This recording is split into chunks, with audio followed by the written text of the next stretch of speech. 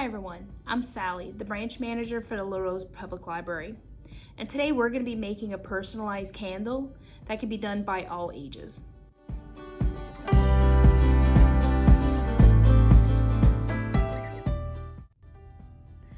Alright, we have our supplies gathered, so now we can begin. We're going to start off with figuring out what kind of design you want to put on your candle. I chose a fleur-de-lis. So what we need to do is to make sure your design is not larger than your actual candle, because you don't want it to be where it's going to get cut off. So I sized it so I know I can't go bigger than that. We're going to start off with the tissue paper and your design. I've already cut out a smaller piece that's larger than our design, so it's easier to work with. We're going to begin by taking a fine tipped permanent marker, and we're going to trace the outline. Be very gentle when you're coloring, because this is tissue paper that you don't want to have it tear through.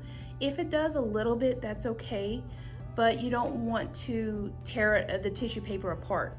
You want to be very gentle and not to hold the marker down in one place for too long, because it will cause bleeding on the tissue paper.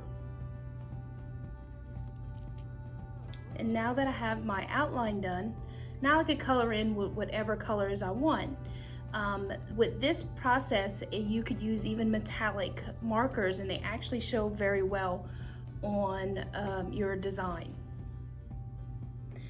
While coloring, make sure to have something underneath it, to a paper, cardstock, whatever, something clean that's not going to transfer ink or something to the tissue paper, but try to have something underneath, because with the ink that's from the marker, it'll cause bleeding if you don't have anything. And also, when you go to cut your design out, it makes it easier to cut tissue paper when you have something else that it's cutting, so it makes it for a little bit of a smoother cut. Alright, we've finished coloring our design, and I've cut out the tissue paper around it. You don't want to be so close to the design. You want to have a little bit of extra tissue around it, not a ton, but just a little bit. And we're going to now position our tissue paper design on our candle and put it in position of where we want it.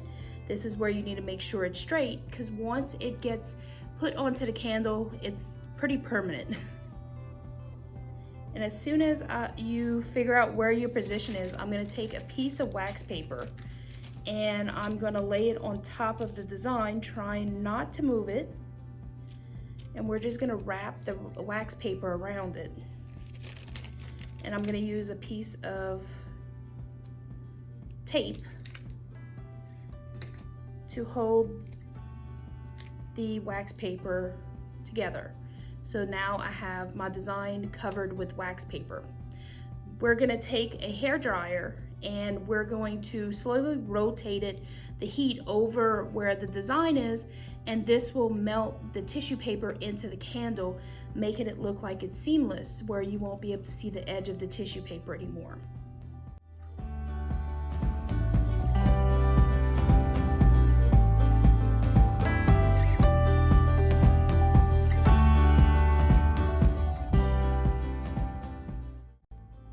Now that we finished putting our design on the candle, we have decisions to make. We have to decide if we want to put more things on the other parts of the candle, or if we want to leave it with the one design that we have. I chose to add a few more fleur-de-lis to the back in a pattern, just to give it something on that side. But you don't have to. If you didn't like the color that I chose, color it in the one that you did like. And if you didn't like the design I chose, change it to something else using the same technique. It works every time. You didn't want a design. How about writing a message to somebody to really personalize it? Sounds like a great DIY gift, doesn't it? Hope you like this one. See you next time.